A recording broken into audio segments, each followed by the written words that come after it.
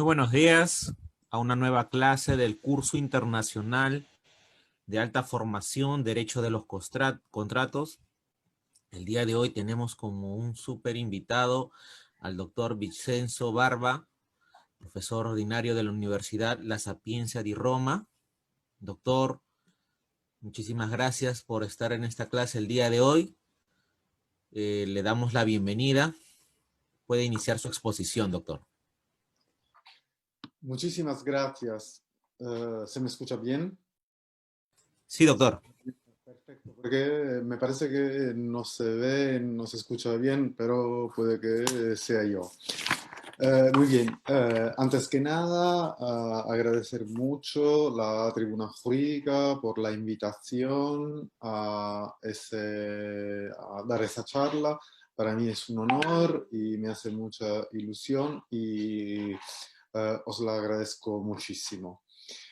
Compartir mi conocimiento con vosotros es muy importante porque yo pienso que es fundamental una conexión entre los estudios de derecho civil italiano y los estudios de derecho civil iberoamericanos.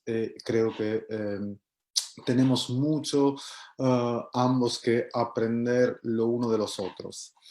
El tema del que quiero hablar hoy, del que voy a hablar, sin más, es un tema que al fin y al cabo no sufre una nacionalización, porque es un tema de derecho internacional, así que podemos decir que voy a hablar de un tema en los que todos estamos juntos delante a un mismo texto legislativo. El tema del que voy a hablar es la compraventa internacional. Como ustedes saben, la compraventa internacional está regulada por una convención de las Naciones Unidas, muy importante, es la Convención de Viena de 1980. Es la Convención de las Naciones Unidas sobre los contratos de compraventa internacional de mercaderías. Es una convención muy importante por muchas razones y a pesar de que es una convención que ya tiene muchos años, porque es una convención de 1980, sigue siendo una ley en la que tenemos la regulación de la formación, de la celebración del contrato. Creo que es una de las leyes más importantes. Y en este sentido, por ejemplo, muchos países en los que los códigos civiles no prevén una regulación muy larga, muy específica sobre la celebración del contrato y por esa razón tuvieron que hacer una elaboración jurisprudencial, formularon crearon su jurisprudencia sobre la formación del contrato partiendo propio de esa importante convención. Y al fin y al cabo tenemos que considerar que la regulación de la formación del contrato, que es muy importante, ocupa también un número de artículos muy importante porque a la formación del contrato están dedicada, la formación del contrato se encuentra en los artículos de 14 hasta al artículo 24. Y también por los italianos que tenemos una regulación de la formación, de la celebración del contrato bastante larga, bastante difundida. La Convención de Viena siempre ha sido desde cuando fue aprobada, un punto de referencia fundamental. Y Sobre todo, la Convención de Viena es muy importante porque la mayor parte de lo que nosotros llamamos como soft law, o sea, todos los proyectos de regulación del Código Civil, la regulación de los principios contractuales de derechos uniformes, como por ejemplo los principios Olelando, los principios Unidroit y el Draft Code, están básicamente fundados en la Convención de Viena. Así que podemos decir que la Convención de Viena ha sido como un prototipo, un modelo para no solo el desarrollo en casi toda Europa de la materia de la regulación del contrato y especialmente de la perfección del contrato y de las obligaciones y los remedios en caso de incumplimiento, sino que también ha sido muy importante, es una referencia muy significativa por la elaboración del soft law, tanto en derecho europeo, yo diría, tanto en derecho suramericano, porque al fin y al cabo, si vamos a ver también los principios de derechos de contratos iberoamericanos, también es posible vislumbrar una influencia significativa que tuvo la Convención de Viena de la que ahora estoy hablando. Se trata así de una ley muy importante que es también muy amplia porque se compone de más de 100 artículos, básicamente 101 artículos. En esta convención están regulados muchos aspectos importantes. En primer lugar, siendo una convención internacional, el ámbito de aplicación para que se explique cuándo se puede aplicar esa regulación. En segundo lugar, tenemos la regulación de la formación del contrato, de la celebración del contrato.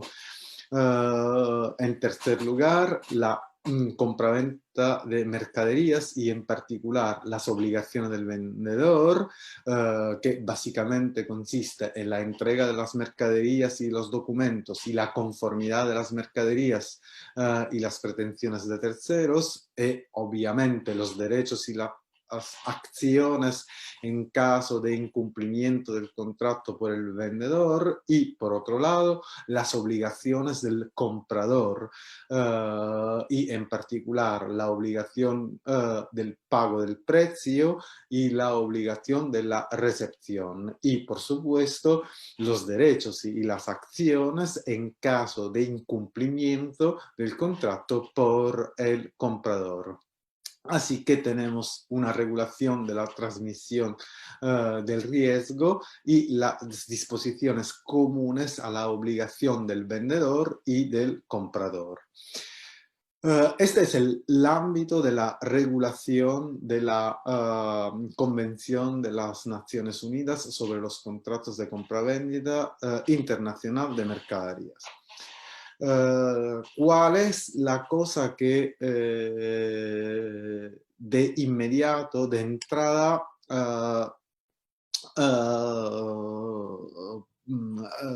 se puede desprender dando un vistazo, una ojeada a esa disciplina? Que a pesar de que tenga una regulación muy específica sobre el ámbito de aplicación, la formación del contrato, las obligaciones del vendedor, las obligaciones del comprador, los remedios en caso de incumplimiento de las obligaciones por el vendedor o por incumplimiento de las obligaciones por parte del vendedor, no tiene una regulación sobre la validez y eso me parece bastante sencillo de explicar y sobre todo no tiene ninguna regulación sobre los efectos. O sea, en particular, el traspaso de la propiedad. ¿Por qué estos dos perfiles no están regulados en la Convención de las Naciones Unidas sobre los contratos de compraventa internacional de mercaderías? No está regulado por obvias razones. Al fin y al cabo es un instrumento internacional. Así que la cosa más importante es que esa regulación tendría que aplicarse en todos los estados eh, en todos los estados que la ratificasen. Y así como no se podía crear un derecho uniforme, las Naciones Unidas no tuvo otro remedio que dejar al margen de la regulación tanto los aspectos relativos a la invalidez del contrato de compraventa, tanto y aún más los aspectos relativos al traspaso de la propiedad. Vamos a ver por qué. Como ustedes saben, y ahora me limito a una evaluación de lo que pasa en los ordenamientos jurídicos europeos, tenemos cuanto a los efectos de los contratos muchísimas diferencias, porque existen, por ejemplo, en Europa, ordenamientos jurídicos como el italiano, el francés, que cogen el principio que podíamos llamar como el principio del consensualismo, o más precisamente el principio de la eficacia traslativa del consentimiento. Vamos a ver, porque al fin y al cabo se trata de dos principios un poco diferentes el uno del otro y yo creo que en este sentido es importante o sería importante matizar un poco sobre estos principios. Porque siempre cuando se habla del principio del consensualismo no se entiende muy bien si se hace referencia a un principio que concierne el supuesto de hecho del contrato o si concierne las relaciones jurídicas que nacen por efecto del contrato. Y efectivamente creo que tenemos que distinguir el principio del consensualismo bajo dos aspectos diferentes. Por un lado, teniendo en cuenta la formación del contrato.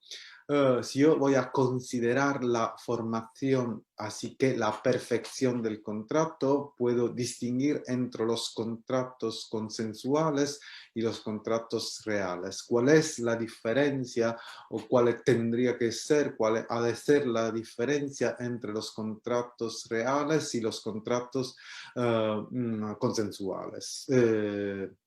La diferencia es básicamente sencilla. Los contratos consensuales son los contratos que se perfeccionan por el solo consentimiento de las partes. Así que basta con el consentimiento para que el contrato se puede considerar celebrado, para que el contrato empiece a producir sus efectos. Así que para la perfección del contrato, para que el contrato se celebre, se concluya, solo sirve que las partes presten su consentimiento.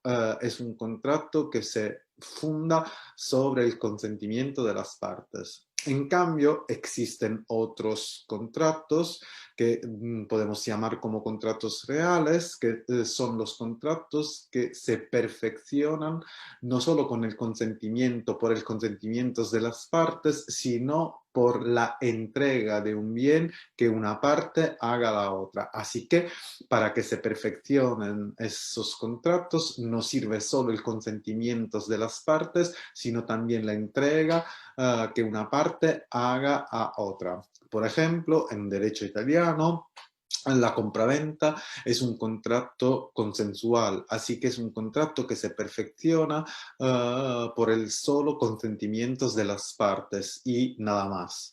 En cambio, otros contratos, como por ejemplo el contrato de préstamo, es un contrato real, es decir, que es un contrato que se perfecciona no solo con el consentimiento de la parte, sino también a través de la entrega de la cosa. Eso significa que hasta que una parte no entregue a la otra la cantidad de dinero objeto del contrato de préstamo, la cantidad de las cosas fungibles objeto del contrato de préstamo, y el solo consentimiento no sirve para que el contrato se pueda considerar celebrado.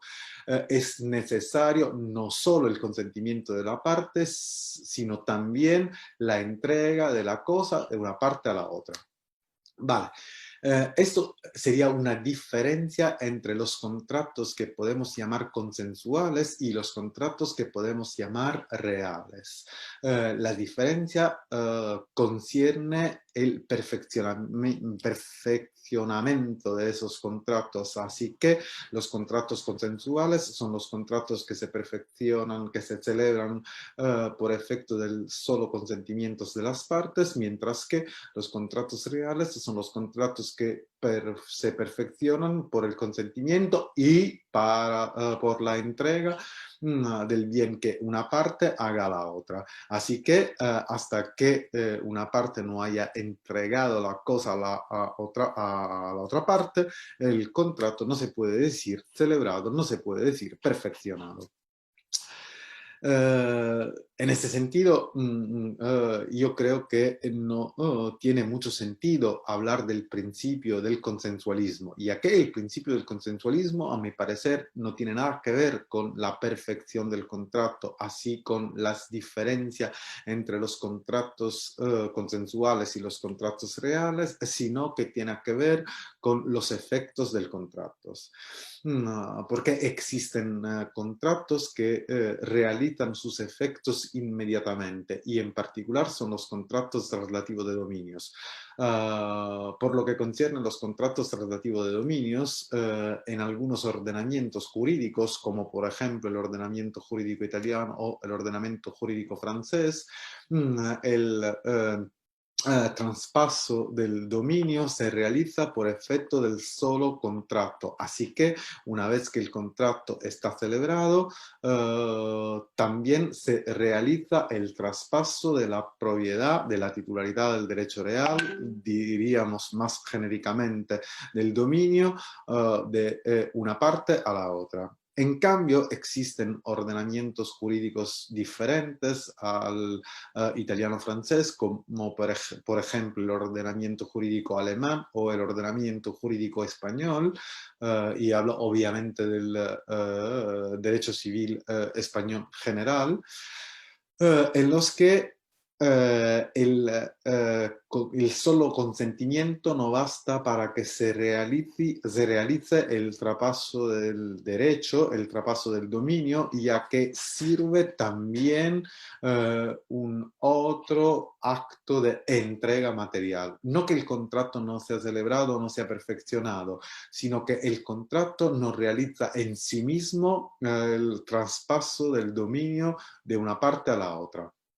En este sentido, se dice que hay una diferencia entre el titulus y el modus, ya que el contrato siempre constituye el titulus, pero para que se realice el traspaso del dominio, de la propiedad, del derecho real, lo que sirve es un acto material que puede ser la entrega del bien o la posesión o algo parecido. Así que hay una distinción entre el bien o no.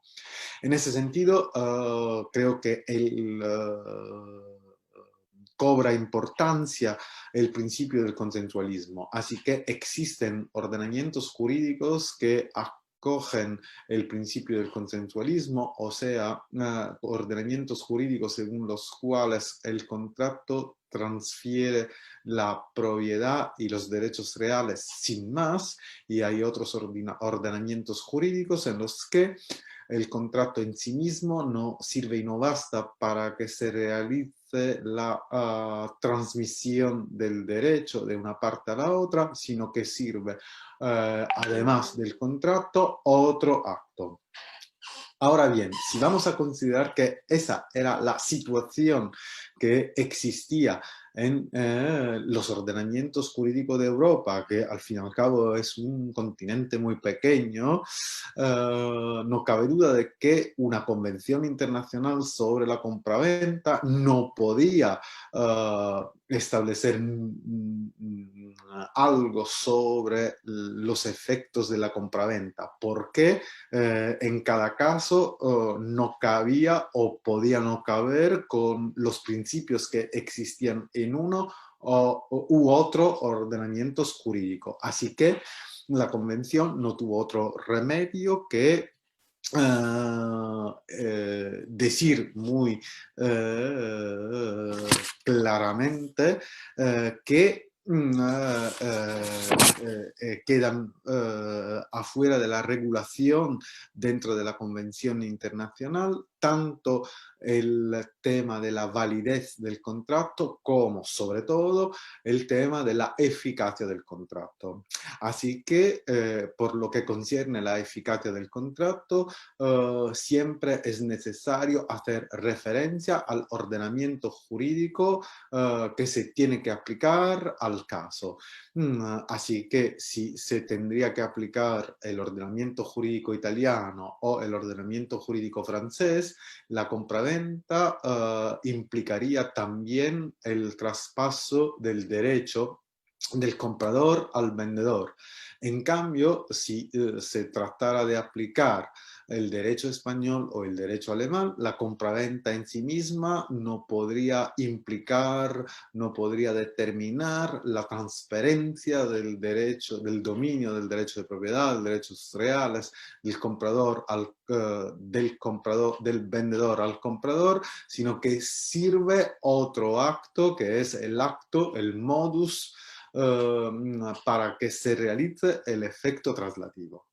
Hecha esta premisa, yo creo que es muy importante para entender el por qué la Convención Internacional de Compraventa de Viena de 1980 no regula específicamente ni el tema de la validez del contrato ni el tema de los efectos del contrato. Porque estos perfiles, estos aspectos quedan confiados a la regulación de cada ordenamiento jurídico que tiene que aplicarse. Dicho eso, que también se encuentra en un artículo específico de la Convención de Viena de la que estoy hablando,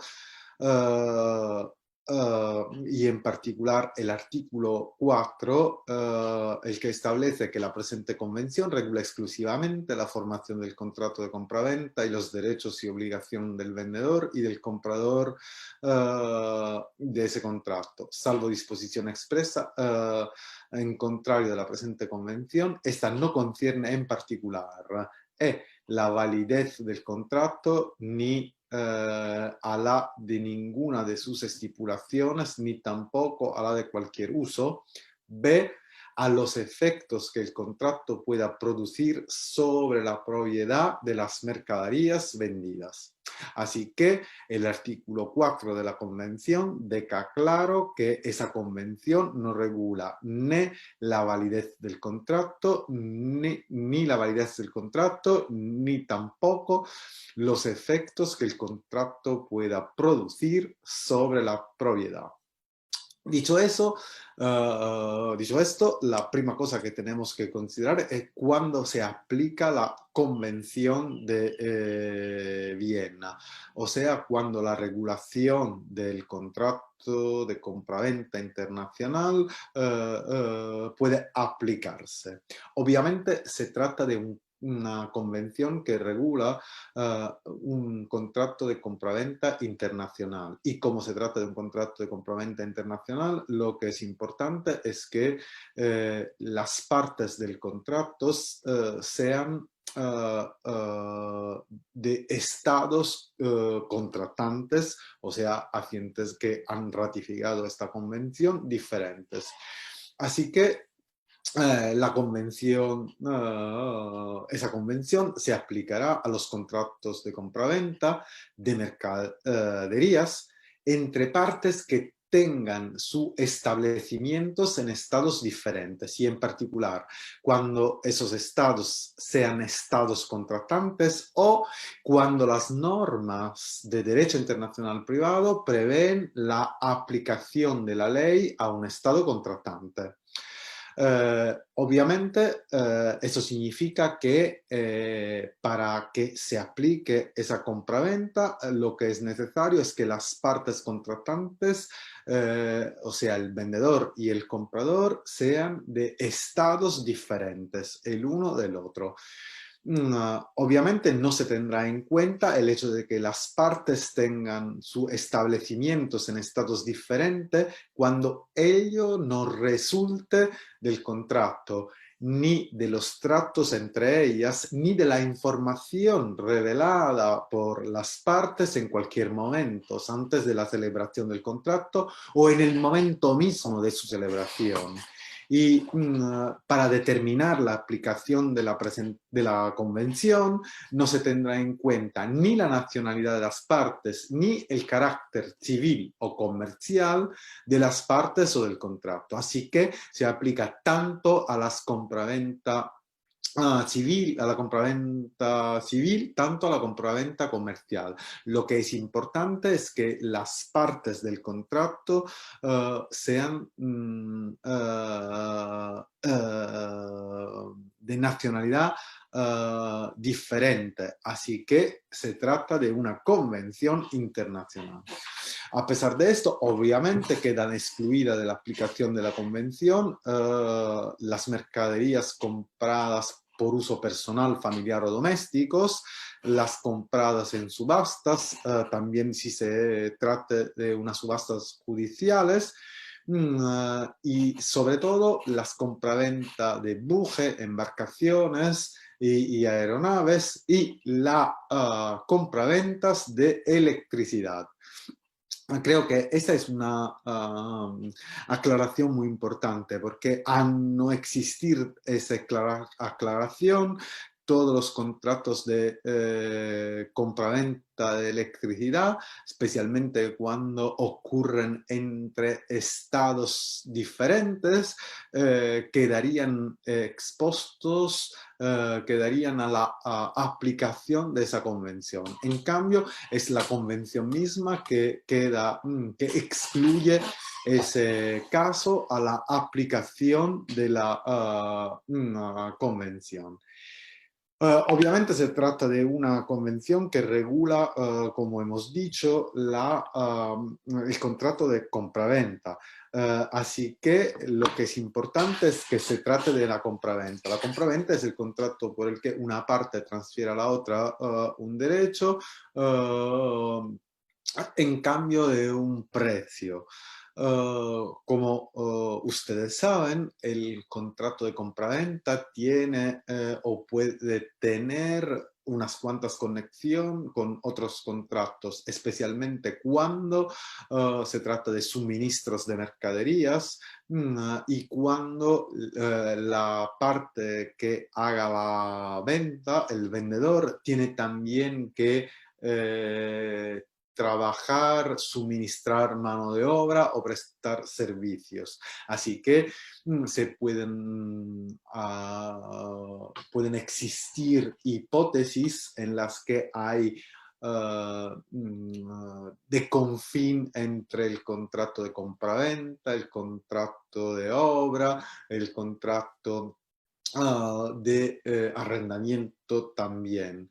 Así que para aclarar las cosas, la convención establece que se consideran compraventas también los contratos de suministros de mercaderías que hayan de ser manufacturadas o producidas, a no ser que la parte que las encargue asuma la obligación de proporcionar la parte sustancial de los materiales necesarios por esa manufactura o producción.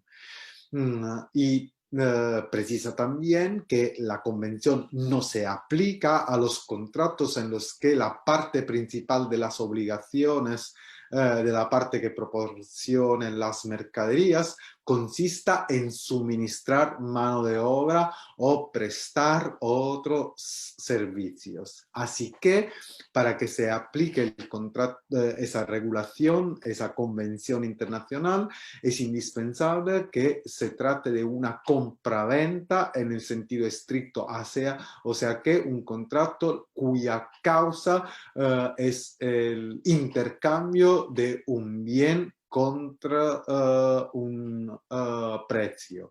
Y es necesario que el intercambio sea causalmente el aspecto más relevante, porque puede que se haya algo de mano de obra, pero es indispensable que la mano de obra sea secundaria respecto al intercambio. Así que para que se aplique tiene que ser una compraventa en el sentido de que no solo es necesario, hace falta un intercambio, sino es necesario que ese intercambio asuma una relevancia fundamental bajo el perfil causal del contrato, de ahí que no cabe duda de que el intercambio es el perfil causal más relevante y importante del contrato. Dicho eso, podemos empezar a analizar la regulación específica de esa convención. Como decía, uno de los aspectos más importantes es sin duda lo de la formación del contrato. Es uno de los aspectos más importantes porque, por lo que concierne la formación del contrato, la celebración del contrato, esa convención ha sido y sigue siendo una referencia fundamental, al menos en toda Europa, para la celebración del contrato. Así que casi todos los jueces, así la jurisprudencia europea, cuando se propone a modernizar el derecho contractual, no pueden no hacer referencia a la regulación de la formación del contrato.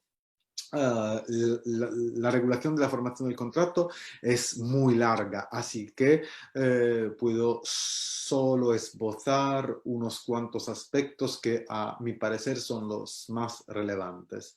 El primero la primera cosa que se afirma es que la propuesta de celebrar un contrato constituye una oferta cuando tiene dos características fundamentales. La primera, que esté dirigida a una o varias personas determinadas. Y segundo, que tenga la intención del oferente de quedar obligado en caso de aceptación. Y también que no solo exista esa intención del oferente de quedar obligado, sino también que se trate de una propuesta completa en el sentido de que regule todos los aspectos esenciales, los perfiles esenciales del contrato de compraventa que las partes quieren celebrar.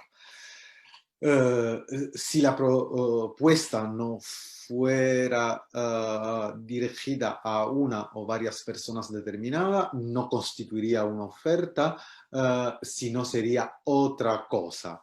Y si la propuesta en particular sería algo como una oferta al público.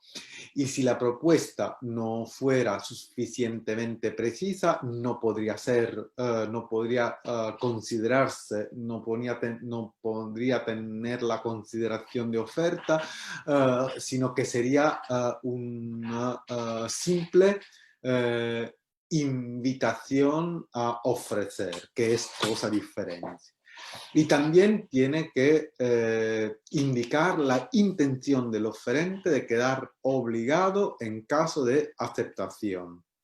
Eh, la simple invitación a hacer ofertas obviamente no es una propuesta, así que la parte que la recibe puede a su vez hacer una propuesta.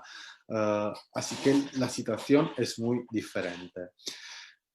La oferta, según la Convención de Viena, surtirá efecto cuando llegue a su destinatario. Así que diría que se trata de un acto recepticio, o sea, un acto que produce sus efectos cuando llegue al destinatario. En ese sentido, me gusta precisar que existe una diferencia entre la regulación de la Convención de Viena y el derecho civil italiano, porque según el derecho civil italiano y en particular en la norma que se encuentra en el artículo 1334 del Código Civil italiano, la propuesta, o sea, la oferta, la aceptación del contrato y sus revocas se consideran actos recepticios. Eso significa que ellos producen efectos no desde el momento, desde cuando lleguen al destinatario, sino desde cuando lleguen a su conocimiento.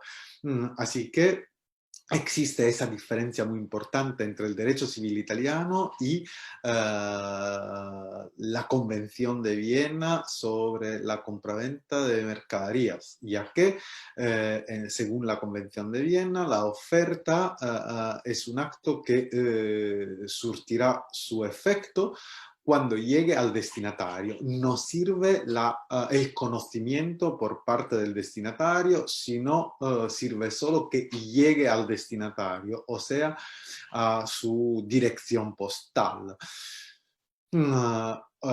Ovviamente la oferta puede ser sea bien revocada, bien retirada. Hay una diferencia entre la revoca y el retiro. La revoca implica que la oferta ya haya producido sus efectos, así que ya has llegado al destinatario y produjo sus efectos. Una vez que la oferta produce sus efectos, el oferente puede revocarla con un acto que es igual y contrario al de la oferta, con el que quiere quitar la eficacia a la oferta. En cambio, si este acto ovviamente la oferta puede ser revocata hasta que se perfeccione el contrato, así que puede ser revocada hasta que el destinatario haya enviado su aceptación. Diferente es el retiro, porque el retiro significa que el acto de retiro llega antes de la misma oferta. Así que cuando llegues antes de la oferta no se puede hablar de una propuesta, sino se hablará de una revocación de la oferta, sino de un retiro de la oferta. Obviamente la oferta puede ser también irrevocable y en el caso en el que sea irrevocable y una oferta puede ser revocable si el destinatario expresamente quiere considerarla como irrevocable y ha actuado en este sentido, la oferta no se puede revocar, pero sigue pudiéndose retirarse. La respuesta a un'offerta che pretenda ser un'acettación tiene que respetar dos requisitos fundamentales. El primero es que no sea tardía y el segundo que sea conforme a la propuesta. Primero, tiene que ser una respuesta a un'offerta che pretenda ser una prestación, tiene que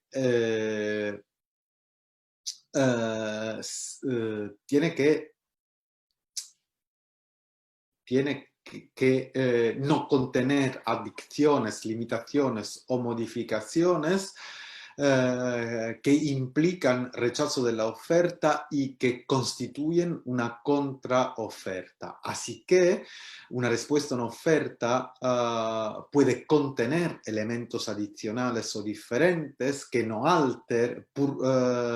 si no alteren sustancialmente los de la oferta. Y obviamente es necesario que la aceptación sea no tardía, porque si fuera tardía no podría tener la consideración de aceptación, sino la de aceptación tardía.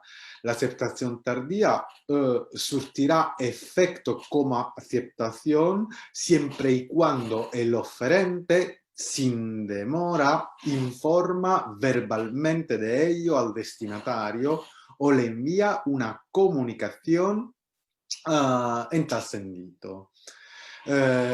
También la aceptación no puede ser revocada, pero puede ser retirada si su retiro llega al oferente antes que la aceptación haya surtido efectos o en ese mismo momento.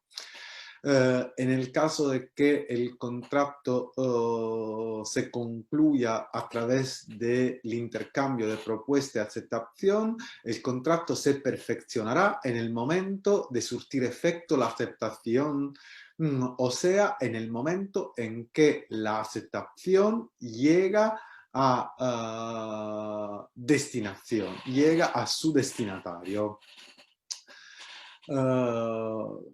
Existen también, porque están regulados en la Convención de Viena, otros dos modelos de formación del contrato.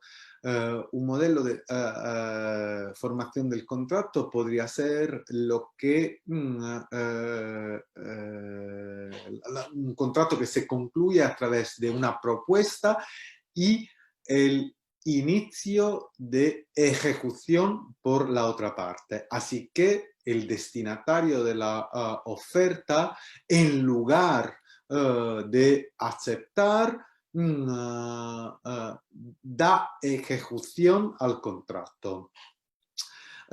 Esta hipótesis, esta conclusión del contrato se puede pasar en tres casos específicos que están regulados en la Convención de Viena y en particular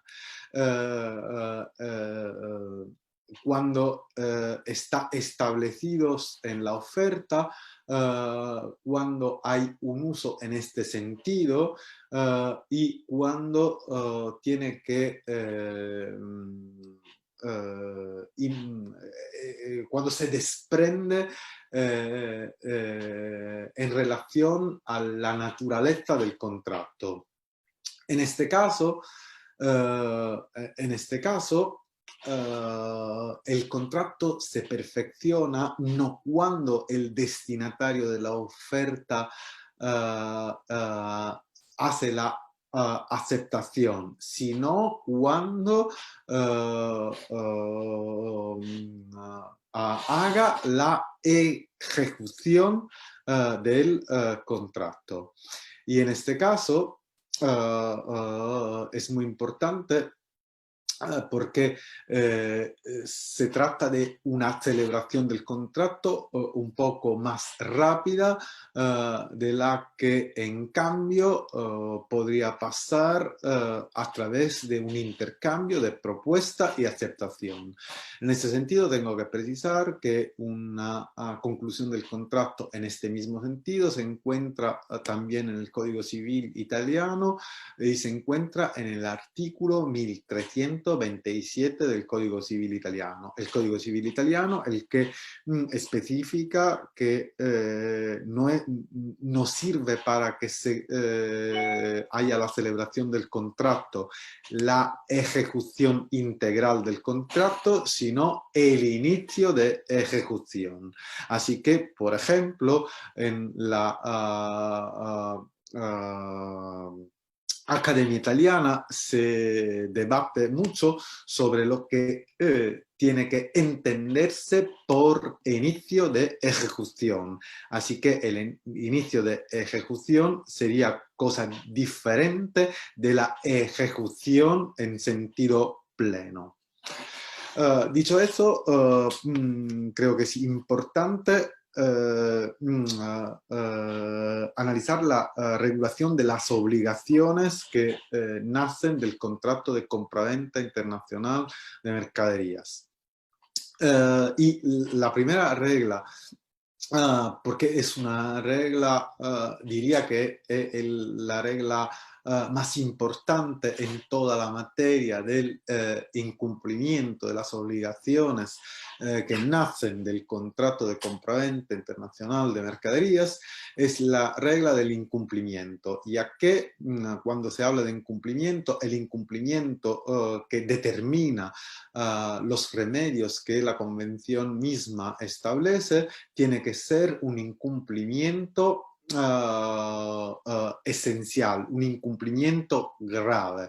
Y en particular esa regulación, esa norma se encuentra en el artículo 25. Así que el artículo 25 es un artículo importante, importantísimo diría, para entender toda la regulación de la compraventa de la Convención Internacional de Viena sobre la compraventa internacional de mercaderías. Porque el incumplimiento que tiene relevancia por las aplicaciones de los remedios es el incumplimiento esencial. Y el legislador de la Convención establece que el incumplimiento será esencial cuando cause a la otra parte un perjuicio tal que la prive sustancialmente de lo que tenía derecho a esperar en virtud del contrato. Así que no es un inadempimiento, no es un incumplimiento cualquiera lo que justifica la aplicación de los remedios establecidos en la convención, sino solo el incumplimiento es esencial. Y para evaluar si estamos delante de un incumplimiento esencial o no esencial, tenemos que considerar si ese incumplimiento cause a la otra parte un perjuicio tal que la prive sustancialmente de lo que tenía derecho a esperar en virtud del contrato. Como decía, el código, la Convención Internacional distingue entre las obligaciones del vendedor y las obligaciones del comprador. Vamos a ver cuáles son las obligaciones del vendedor. Las obligaciones del vendedor son básicamente las obligaciones de la entrega de las mercaderías y obviamente de los documentos, y sobre todo, porque sobre todo a mí me parece que es la más importante, la conformidad de las mercaderías. Así que la convención, según la regulación de la Convención de Viena, no basta que el vendedor entregue al comprador las mercaderías que son objeto del contrato, sino es necesario que exista una conformidad de las mercaderías. Así que no basta que el vendedor entregue las mercaderías establecidas en el contrato, sino que es necesario que entregue las mercaderías cuya cantidad, calidad y tipo correspondan a los estipulados en el contrato y que estén envasados o embaladas en la forma fijada por el contrato. Así que creo que en ese sentido es muy importante. Hay, por un lado, la obligación del vendedor de entrega, así que es importante que entregue la cosa objeto del contrato al comprador. Pero es importante también que la entrega sea una entrega de una cosa que sea conforme a los estipulado en el contrato, a lo que fue estipulado en el contrato. Y para establecer si hay una conformidad entre las cosas que concretamente el vendedor entrega al comprador y la que pactaron que el vendedor tenía que entregar al comprador, el legislador internacional establece unas presunciones legales.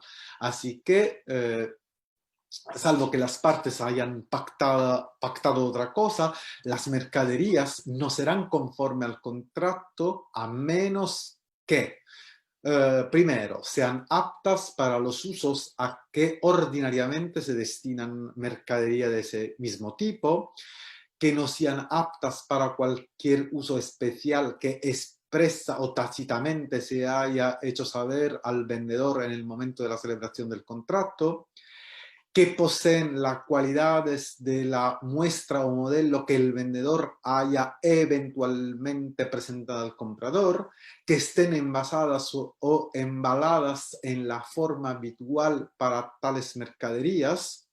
Así que tenemos unas cuantas presunciones por las que es posible establecer si hay o no una conformidad. Obviamente, estas son las dos obligaciones fundamentales del vendedor, la obligación de entrega y la obligación de conformidad. Si hay incumplimiento por parte del vendedor a esas obligaciones, el comprador tiene derechos y acciones. ¿Y cuáles son los derechos y acciones? Obviamente tiene derecho a pedir el cumplimiento y en el supuesto de que no haya conformidad de la cosa, puede pedir alternativamente o la sustitución de la cosa o también, en cuanto sea posible, la reparación. Puede también fijar un plazo suplementar para que el comprador podrá fijar un plazo suplementario de duración razonable, obviamente, para el cumplimiento. Y obviamente durante ese plazo no podrá hacer otras cosas. Podrá también declarar resuelto el contrato si siguen el incumplimiento esencial y en cada caso tiene derecho a una indemnización de los daños y perjuicios que pueda haber sufrido. Vamos a ver ahora las obligaciones del comprador. Básicamente las obligaciones del comprador son dos y son muy sencillo, el pago del precio, ya que el comprador tiene que pagar el precio que pactaron, y también la obligación de recepción. La obligación de recepción consiste en realizar todos los actos que razonablemente quepa esperar de él para que el vendedor pueda efectuar la entrega. Y obviamente en hacerse cargo de las mercaderías. Si el comprador incumple las obligaciones y en particular las obligaciones de pagar el precio o las obligaciones de recepción, el legislador de la convención ha establecido derechos y acciones en favor del vendedor. Y en particular el vendedor podrá primero, obviamente, pedir el cumplimiento, o sea, pedir que el vendedor pague el precio. Segundo, podrá fijar un plazo suplementario, obviamente de duración razonable, para el cumplimiento por el comprador de las obligaciones que le incumban y obviamente durante ese plazo obligatorio, durante ese plazo suplementario, no podrá ejercitar acción alguna por incumplimiento del contrato. Y por fin, el vendedor podrá declarar resuelto el contrato si hay un incumplimiento esencial, si persista un incumplimiento esencial por el comprador de cualquiera de las obligaciones que le incumban. Así que esos son los remedios. La última cosa, antes de concluir esa charla sobre la compraventa internacional de mercadería. Si es verdad que el legislador internacional no pudo decir nada sobre el traspaso de la propiedad y no pudo decir nada sobre cuándo el contrato produce el traspaso de la propiedad del vendedor al comprador, ha regulado expresamente la transmisión del riesgo. Y como ustedes saben, la transmisión del riesgo es muy importante para cargar a una de las partes la pérdida o el deterioro de las mercaderías una vez que se haya celebrado el contrato. ¿Cuáles son las reglas que el legislador internacional estableció sobre la transmisión del riesgo? La primera regla es que la pérdida o el deterioro de las mercaderías sobrevenidos después de la transmisión del riesgo al comprador obviamente no librarán a este de su obligación de pagar el precio, a menos que se deban a un acto u omisión del vendedor. Así que la transmisión del riesgo es muy importante, porque si hay una transmisión del riesgo del vendedor al comprador y la cosa, hay la pérdida o el deterioro de las mercaderías, el comprador no queda librado de sus obligaciones. Cuando el contrato de compraventa implique el transporte de las mercaderías y el vendedor no esté obligado a entregarlas en un lugar determinado, el riesgo se transmitirá al comprador en el momento en que las mercaderías se pongan en poder del primer porteador, para que las traslade al comprador conforme al contrato de compraventa. En cambio, cuando el vendedor esté obligado a poner las mercaderías en poder de un porteador en un lugar determinado, el riesgo no se transmitirá al comprador hasta que las mercaderías se pongan en poder de ese porteador en ese lugar. En cambio, el riesgo respecto de las mercaderías vendidas en tránsito se transmitirá al comprador desde el momento de la celebración del contrato. En todos los otros casos que no estén comprendidos en los dos que ya acabo de decir, el riesgo se transmitirá al comprador cuando éste se haga materialmente cargo de las mercaderías o si no lo hace a su debido tiempo desde el momento en que las mercaderías se pongan a su disposición e incurra el incumplimiento del contrato al rehusar su recepción. Así que, como podemos ver, para el legislador internacional se hace cargo específicamente de regular la transmisión del riesgo y para la transmisión del riesgo existen tres reglas diferentes, según que se trata de un contrato de compraventa que implique el transporte o que no implique primero, que implique el transporte, segundo, la compraventa de mercaderías vendida en tránsito y tercero, una compraventa que no implique un transporte y que no sea vendida en tránsito.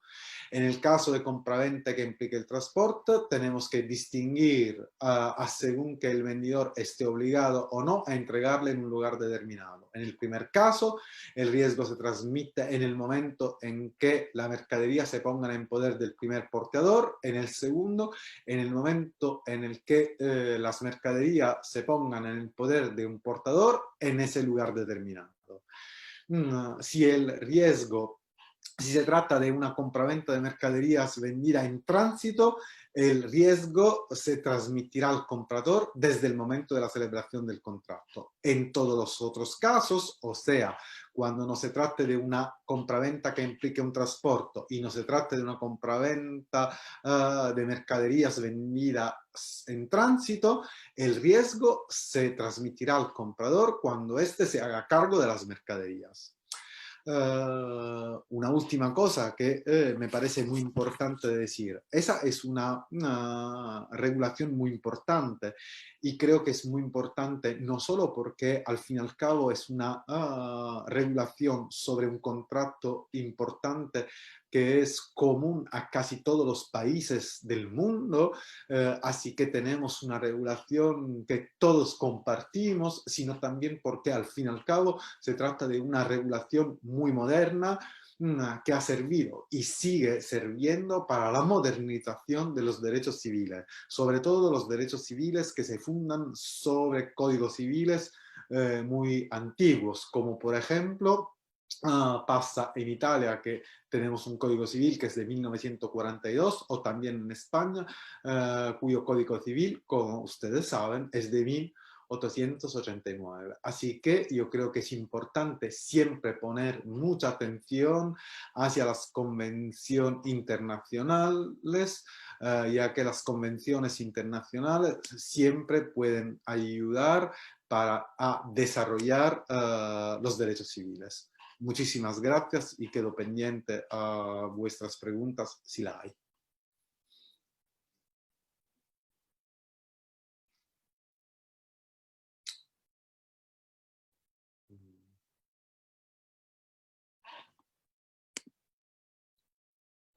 No sé si hay. Perfecto. Muchas gracias, doctor. Tenemos como invitado al doctor César Moreno, al cual daremos paso, doctor. Muy bien. Estimado Vincenzo, muchas gracias por haber aceptado darnos esta clase acerca de la compraventa internacional, precisamente pues de la compraventa internacional de mercaderías. Existieron otros proyectos de ley internacional al respecto. ¿Nos podrías hablar tal vez del proyecto, de este proyecto europeo acerca de la compraventa? Por ahí algunos atisbos tal vez. Mira, existe realmente existe un proyecto europeo sobre la compraventa internacional, pero al fin y al cabo ese proyecto nunca se llevó a cabo y creo que al fin y al cabo queda casi abandonado porque la única cosa que al final hacía era proponer las normas sobre la compraventa internacional de Viena. Y sobre todo se planteaba un problema. Si toda Europa hubiera ratificado esa convención, hubiera hecho esa convención internacional, ¿qué pasaría cuando se tendría que aplicar la Convención Europea y cuando se tendría que aplicar la Convención de Viena? Así que podría realizarse una situación casi de paradoja. De tal manera que si hay una compravenda internacional entre personas de nacionalidad europeas, se tendría que aplicar la Convención Europea. En cambio, si una de las partes no era no tenía establecimiento o no era de nacionalidad europea, tendría que aplicarse la otra Convención de Viena. Y sobre todo, el problema era siempre el mismo. Una convención europea no podía hacer nada más que regular las obligaciones del vendedor fundamental, las obligaciones del comprador y la formación del contrato, pero nunca podía llegar a regular la validez y los efectos en el sentido del traspaso del derecho. Así que sería como replicar la Convención de Viena. Y sobre todo tenemos que considerar que en Europa tenemos también, creo, 3 o 4 ahora proyectos europeos de codificación sobre los contratos. Creo que es un poco mejor los principios iberoamericanos. Iberoamericanos me parecen un poco mejor que los europeos, y lo digo de verdad. De estos 4 proyectos que están todos desarrollados, se trata solo y exclusivamente de soft law, así que se aplican siempre y cuando las partes lo quieran. No es lo que llamamos hard law. Diferentemente, la Convención de Viena es una hard law porque se aplica independientemente de la voluntad de las partes, a no ser que las partes hayan expresamente excluido su aplicación, ya que siendo una herramienta internacional queda como disponible, así que las partes pueden excluir la aplicación. Pero si las partes no excluyen la aplicación, ella se va a aplicar. En cambio, los proyectos europeos de derechos uniformes de los contratos, lo le dando el draft, son 4, lo Gandolfi, es un mal rollo porque cada uno tiene sus matices y son diferentes, se aplican solo si las partes lo quieren. Y te puedo decir, en mi experiencia, que nunca las partes los quieren. Así que son como una maravillosa obra de doctrina que no tiene ninguna aplicación práctica. En cambio, sobre la Convención de Viena tenemos una aplicación, al menos en Italia, muy importante y muchísimas sentencias de los tribunales. Sí, precisamente recuerdo que Francesco Galgano, haciendo referencia pues a la regulación de los contratos, dejaba de lado todo el soft law, solamente tomaba en consideración a los principios UNIDROIT y nada más, porque él decía, estos sí son, ese derecho al menos ha sido pues, hay una experiencia con relación a su aplicación en los tribunales arbitrales europeos, ¿no? Y definitivamente la Convención de Viena, porque en efecto, pues es derecho nacional una vez que se ha ratificado. Sí, muchas gracias por la apreciación, Sí, Michel. seguramente Galgano tenía, entre todos los principios de soft law, consideraba lo UNIDROIT. Yo comparto esa opinión porque al fin y al cabo son los únicos que tienen un desarrollo y una tradición europea importante. Los otros son como queremos hacer una cosa mejor que al fin y al cabo no es tan diferente de las otras, y siempre yo me pregunto por qué. Queda siempre esa pregunta, ¿por qué le hicieron? Yo lo mismo me pregunto con relación a los principios latinoamericanos, que aparte de ser una propuesta meramente académica, hasta el día de hoy no hay concretización práctica de estos principios. Tal vez pues siga siendo más que nada un saludo a la bandera o un elefante blanco y nada más. Sí, efectivamente, yo creo que, pero a mí me parece que no son tan malos, ¿eh? Sobre todo si tú lo vas a comparar con los principios europeos como el Gandolfi o Lelando y el Draftcom. Tienen mucho en común con los principios de UNIDROIT, al fin y al cabo, a pesar de que son un poco más sencillos. Son más principios y menos regulación específica.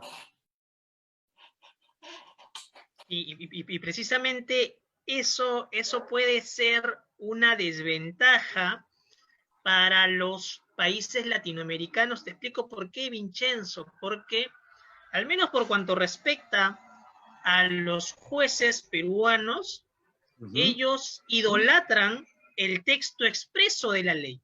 No van, en sus técnicas interpretativas, no van más allá de lo que se encuentra expresamente indicado en la ley, porque tienen miedo a que los denuncien penalmente por prevaricato, por ejemplo, ¿no? Y esa es una de las taras, pues, que todavía hay que sacarnos de encima. Aun cuando, esto, por ejemplo, cuando yo estuve en Italia, los profesores me decían, pero ustedes tienen la ventaja de que todos los pueblos latinoamericanos, con excepción de Brasil, hablan español, se entienden mejor. Sí, eso es cierto, pero allí terminan las semejanzas. Schipani, pues, que es el profesor Sandro Schipani, que es, pues, realmente quien está detrás ha impulsado en buena medida, en buena cuenta, estos proyectos para que se comuniquen los pueblos latinoamericanos, toma en consideración precisamente este idioma en común para poder entendernos mejor, pero allí termina realmente las semejanzas entre los pueblos, entre los derechos latinoamericanos en realidad, porque hemos tenido, pues, desde nuestra independencia, un común rechazo a todo lo que sea español. Eso sí, en eso sí tenemos una semejanza en los diversos pueblos latinoamericanos, pero allí termina, porque luego cada ordenamiento ha ido, pues, por su lado, por su cuenta. Colombia y Chile, pues, tal vez allí con Andrés Bello.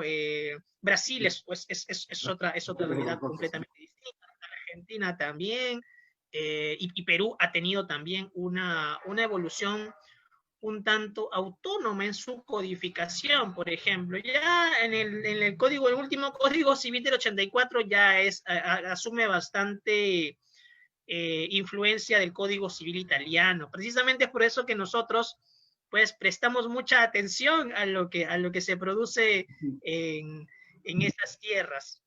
Efectivamente, creo que el Código Civil peruano creo que es uno de los códigos mejores de Sudamérica, ¿no? Después del Código peruano, también el Código Nacional de Civil y Comercial de Argentina es un código muy bueno.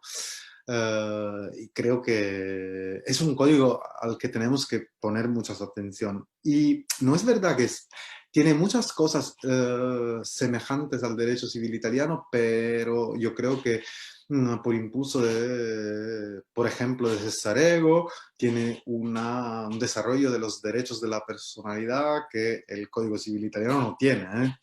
Así que, en este sentido, sobre los derechos de la personalidad, me parece que vosotros estáis muy, muy, muy, muy avanzados y nosotros aún tenemos que desarrollar. Puede que tengamos un pequeño desarrollo jurisprudencial, pero por lo que concierne la regulación, creo que la influencia que tuvo un maestro como Fernando Cesarego fue determinante para vosotros. Y también a mí la teoría tridimensional del derecho, que aquí en Italia no se estudia mucho, me parece muy buena. Y estudio mucho también César Ego. Yo estudio mucho también el derecho peruano. Sí, Cesareo que fue maestro pues de todos nosotros los sanmarquinos en realidad. Y Sí, sí, en efecto, Carlos Fernández me contaba que cuando él tuvo la oportunidad pues de ir a Italia precisamente estuvo pues en la época en la que se empezó a elaborar el daño biológico, la protección de la privacy, y precisamente luego eso trae a, y se codifica, pues hay pues 40 años de diferencia en realidad, ¿no? Entre ambos códigos. Y cada código, pues ciertamente es una hija de su tiempo. sí. Y allí se reflejan las diferencias, sobre todo en materia de personas, familia, eh, y en la parte patrimonial, del derecho civil patrimonial, allí sí hay muchas más coincidencias, Ahí sí, sin duda. definitivamente. Bien, Bien, Vincenzo. Bueno, si no hay más preguntas del público, ya podríamos ir concluyendo con la intervención. Así es, doctor. Vamos a finalizar la sesión del día de hoy, no sin antes agradecer por la brillante disertación del doctor Vincenzo Barba, al igual que de usted, doctor César Moreno, igualmente a los participantes, ¿no? Por la asistencia. Muy agradecido de parte de Tribuna Jurídica y del Colegio de Abogados de Callao. Sí, Podemos finalizar. unas últimas palabras. Yo quiero agradecer nuevamente al profesor Vincenzo Barba por, bueno, primero por haber aceptado la invitación y segundo por haber hecho el esfuerzo de hablar en nuestro idioma, lo cual no es sencillo, yo se los aseguro. Yo cuando he estado en Italia, lo mismo, he dado disertaciones en italiano y no es nada sencillo. Así que por ello doblemente va el agradecimiento, Vincenzo, y espero yo tenerte pues como invitado en alguna otra oportunidad. con Muchas muchísimo gracias.